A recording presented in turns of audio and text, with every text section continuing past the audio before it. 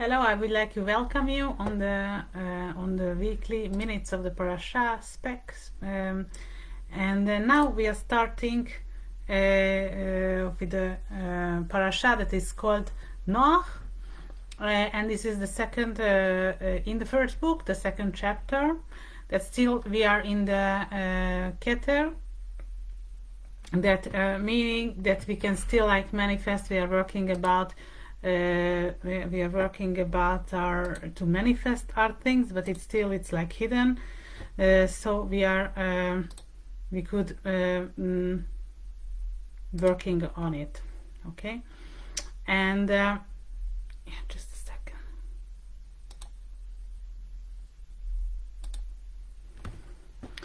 So and. What we know that what it's written about Noach, he was righteous in his generation only. Noach היה צדיק בדורותיו. We are not dealing with his story, so that's what you can read from the portion. But we know that we are in the part that already the flood was over, and they are trying to get out of the boat that they built, and how to go out to make sure that it's dry outside, that they need to try out with the birds. Okay, so first is the rain when it's going out, and since the birds couldn't go to the trees, so it's meaning that it's still not a safe place to go out for human to live, still many water around, and then they are sending out the pigeon. Okay, and the pigeon is coming back with the olive branch in his this is what he's carrying back, meaning that already the earth has dried up, so all of the animals and the family of Noach could go out.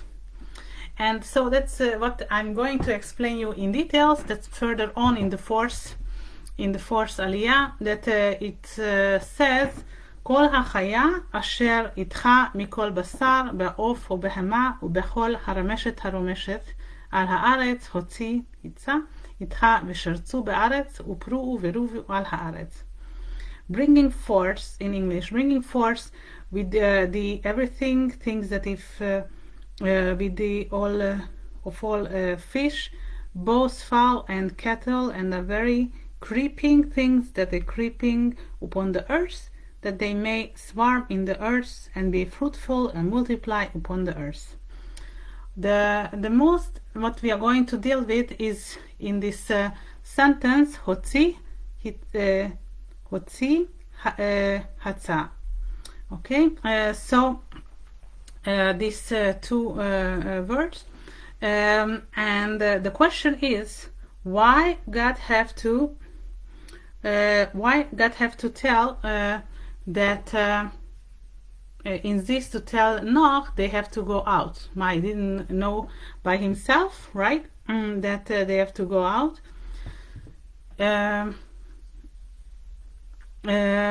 Because he already know that it's land is dry out, so we can go. Okay, so why Noach wanted to stay inside in the bark? Also, we could find some similarity that since last years we have the COVID, right? We were in quarantine. Okay, the same as they were inside that the ark for a period of time. Okay, and we can feel it how they we had this COVID life. They had inside the boat, so we want to go out, right? We want to get used to our regular habits. So the same as they. So why they prefer to stay inside?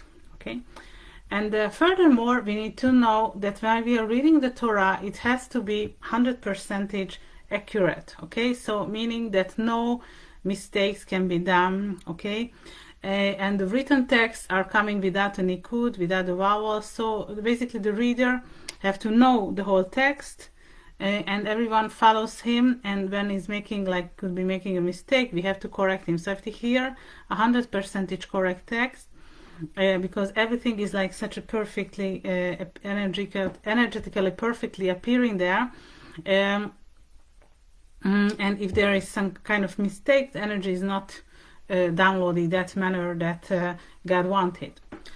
So what we're going to learn today, okay, is something that is called a Kri and a Ktiv, okay. Kriya, it is the way that we read, and Ktiva, it is the way it is written. So right now in this sentence, we have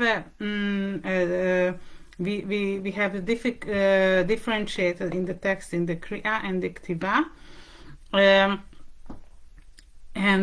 Therefore, this is the idea that we have to think, okay, about it. So, meaning that in the Kriya we have Yitze, and what Rashi says, that we have to say to animals that you have to go out there because they didn't want to. How it is written in the Ktiva form, that Hotzi, that if they didn't want to go out, you have to push by force to go out of the ark. Okay, so how we could read it, it is such a logical thing. It get dried out, so they have to go. So meaning in the written form that to push out by force. So how come? Okay, so we are going to talk about this idea here. Okay, so what could be the forces that strain to each other that they don't want to go out of the ark? Okay, so let me think as what could happen, okay, if like the family of Noach with all the rest of the animals were in the ark for a year. Okay, let me think. Okay, so the sages are telling us the Ark of Noach, it was such a very unique build, and it is meaning that we could sense the messianic area through the Ark of the Noach. So let us think what could be living inside the Ark. It was like a full house, everyone, meaning that you had all kind of animals, okay, that was collected. So meaning that it was very thinking that with the smelling, right? You know, if you're going to the zoo, you could smell these animals, right? And this is something outdoor. But if we have an indoor animal, that it could be not such a pleasant that we would like to live with. Okay, so meaning that the ventilation and the air conditioning wasn't included in the ark. Okay, and that in other terms also you have this responsibility to feed the animals.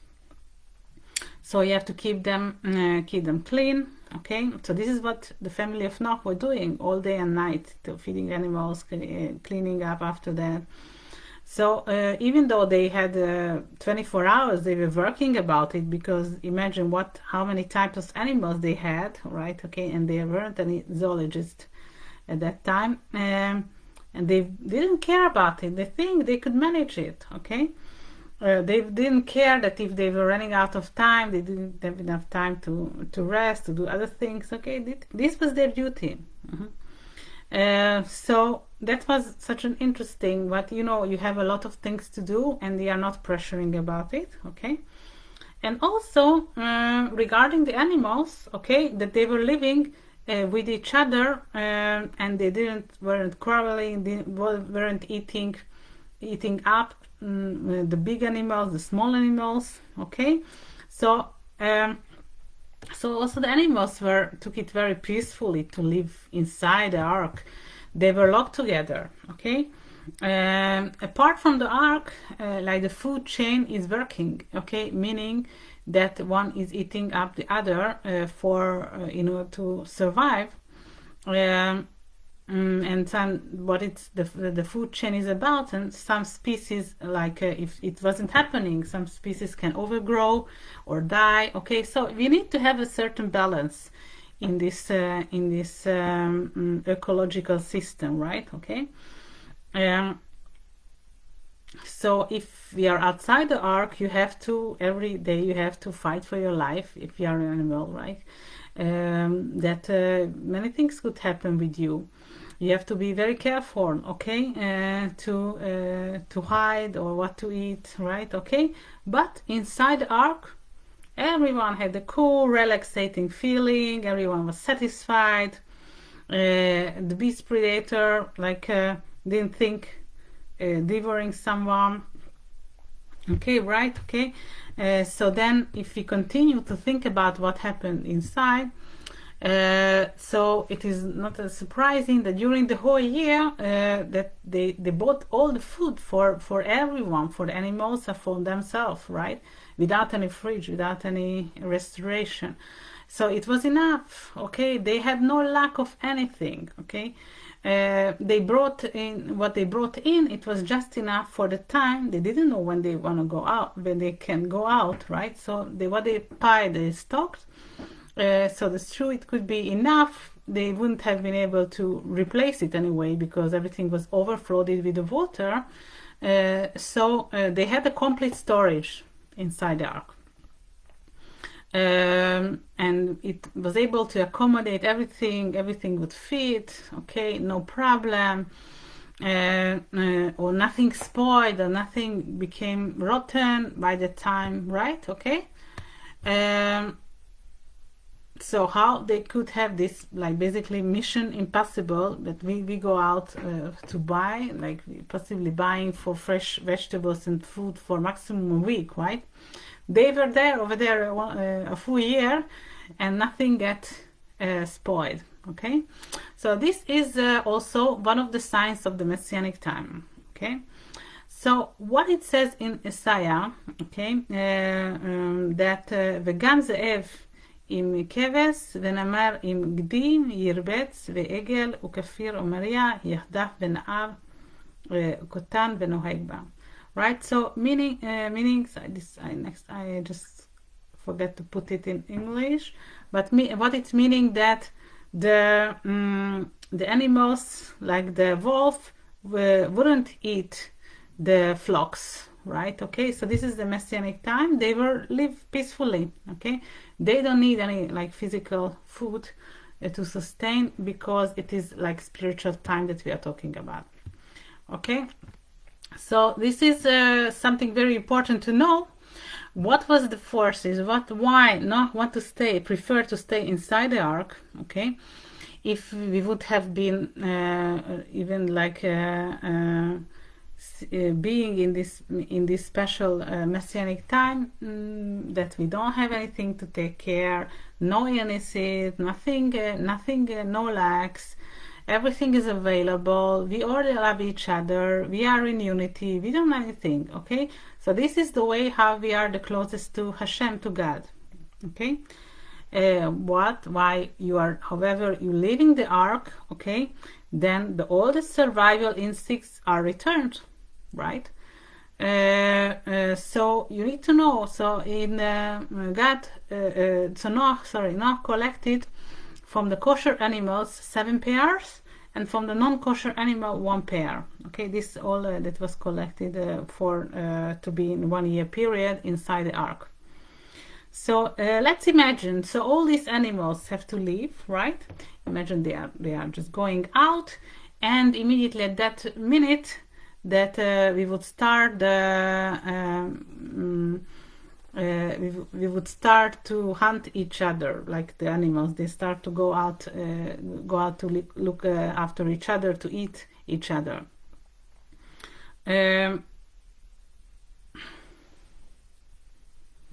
So that's why if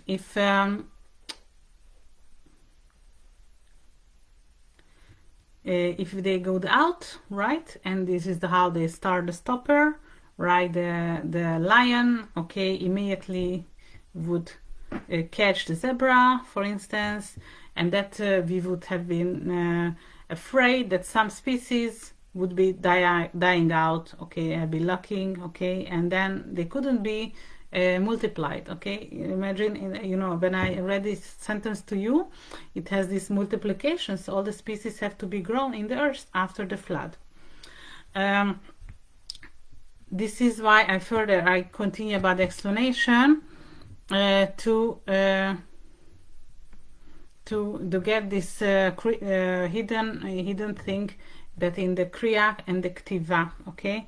The hidden idea behind the Kriya and the Ktiva. That Hitze, okay? How we would write it in Hebrew, Hey Yud Tzadi Aleph. And Hotzi is Hey Vav Tzadi Aleph. So if we would take the last two letters that we have, it is the Tzadi and an Aleph, okay? And the first byte is that we would have is a Yud K and the Vav K. So if we are putting these parts, then we have the Yud K Vav K. It is meaning about the Tetragrammaton, one of the most powerful name of God. So what does it hint us? That God put chesed, kindness, into his creatures, okay? Meaning that whenever they get out of the ark, like immediately the survival instinct didn't turn back, okay? They had few moments, a period of time that to live freely, okay, to arrive back to the grounded earth and to start to live out there, okay? So all have to leave the ark, right? Also Noach and his family.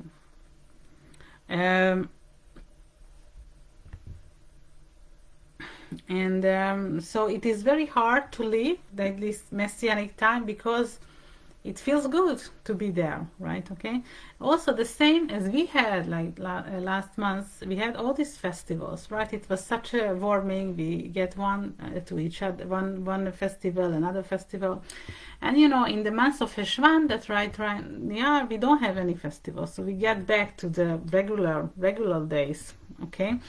And also, relatively, the month of Scorpio, it is like a bit harder and than the other one. Mar Heshvan, okay, it is meaning a bitter Heshvan, okay, we have to work to be sweet, okay. It is a little bit harder, we have to put effort. How we get connected with others, okay, we still need to be calm and harmonious, okay. This is the clue, okay. If you recall the period in the ark, everything worked harmoniously and less stressfully. But this is what we have to manifest right now in our life, so that to be in a balance, in a harmonious way. No matter how others, we might think that they interfere us, okay? So this is what we have to be cautious of this week, okay? Just I wanted to make sure that you get the parasha, get some meaning. Remember, we learned about written and read out portions, okay? So what difference is, okay? So thank you and see you next week. Probably I will do this video like before, not towards the end of the week. And thank you for your attention and see you next week for the spec. Thank you. Bye bye.